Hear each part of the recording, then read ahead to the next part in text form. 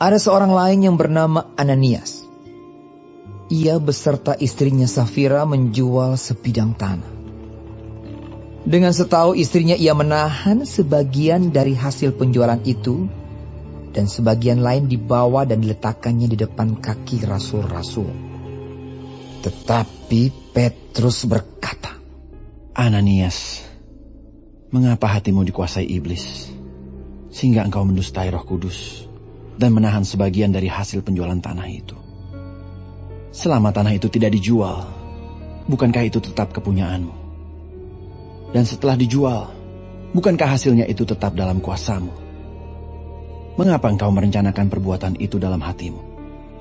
Engkau bukan mendustai manusia, tetapi mendustai Allah.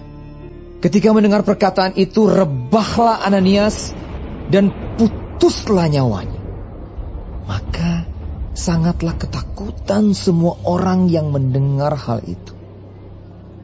Lalu datanglah beberapa orang muda. Mereka mengapani mayat itu, mengusungnya keluar dan pergi menguburnya. Kira-kira 3 jam kemudian, masuklah istri Ananias. Tetapi ia tidak tahu apa yang telah terjadi. Kata Petrus kepadanya, Katakanlah kepadaku, dengan harga sekiankah tanah itu kamu jual? Jawab perempuan itu, Betul sekian. Kata Petrus, Mengapa kamu berdua bersepakat untuk mencobai roh Tuhan? Lihatlah, orang-orang yang baru mengubur suamimu berdiri di depan pintu, dan mereka akan mengusung engkau juga keluar.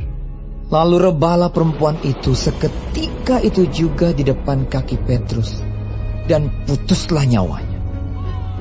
Ketika orang-orang muda itu masuk, mereka mendapati dia sudah mati. Lalu mereka mengusungnya keluar dan menguburnya di samping suaminya.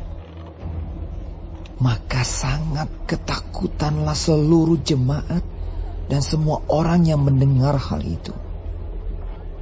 Dan oleh rasul-rasul diadakan banyak tanda dan mujizat di antara orang banyak. Semua orang percaya selalu berkumpul di Serambi Salomo dalam persekutuan yang erat. Orang-orang lain tidak ada yang berani menggabungkan diri kepada mereka. Namun mereka sangat dihormati orang banyak. Dan makin lama, makin bertambahlah jumlah orang yang percaya kepada Tuhan, baik laki-laki maupun perempuan. Bahkan mereka membawa orang-orang sakit keluar ke jalan raya dan membaringkannya di atas balai-balai dan tilam, supaya apabila Petrus lewat, setidak-tidaknya bayangannya mengenai salah seorang dari mereka. Dan juga orang banyak dari kota-kota di sekitar Yerusalem datang berduyun-duyun, serta membawa orang-orang yang sakit dan orang-orang yang diganggu roh jahat. Dan mereka semua disembuhkan. Akhirnya mulailah imam besar dan pengikut-pengikutnya, yaitu orang-orang dari mazhab Saduki, bertindak sebab mereka sangat iri hati. Mereka menangkap rasul-rasul itu, lalu memasukkan mereka ke dalam penjara kota. Tetapi waktu malam, seorang malaikat Tuhan membuka pintu-pintu penjara itu dan membawa mereka keluar. Katanya, Pergilah, berdirilah di bait Allah, dan beritakanlah seluruh firman hidup itu kepada orang banyak. Mereka mentaati pesan itu, dan menjelang pagi, masuklah mereka ke dalam bait Allah, lalu mulai mengajar di situ.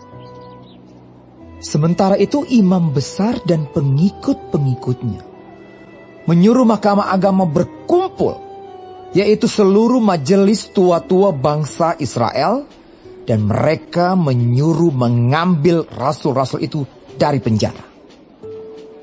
Tetapi ketika pejabat-pejabat datang ke penjara, mereka tidak menemukan rasul-rasul itu di situ. Lalu mereka kembali dan memberitahukan. Katanya, kami mendapati penjara terkunci dengan sangat rapinya, dan semua pengawal ada di tempatnya di muka pintu. Tetapi setelah kami membukanya, tidak seorang pun yang kami temukan di dalamnya. ketika kepala pengawal bait Allah dan imam-imam kepala mendengar laporan itu, mereka cemas dan bertanya, apa yang telah terjadi dengan rasul-rasul itu? Tetapi datanglah seorang mendapatkan mereka dengan kabar. Lihat, orang-orang yang telah kamu masukkan ke dalam penjara ada di dalam bait Allah dan mereka mengajar orang banyak. Maka pergilah kepala pengawal serta orang-orangnya ke bait Allah, lalu mengambil kedua rasul itu, tetapi tidak dengan kekerasan, karena mereka takut kalau orang banyak melempari mereka. Mereka membawa keduanya dan menghadapkan mereka kepada mahkamah agama. Imam besar mulai menanyai mereka. Katanya, dengan keras kami melarang kamu mengajar dalam nama itu. Namun ternyata kamu telah memenuhi Yerusalem dengan ajaranmu, dan kamu hendak menanggungkan darah orang itu kepada kami. Tetapi Petrus dan rasul-rasul itu menjawab, katanya, kita harus lebih taat kepada Allah daripada kepada manusia.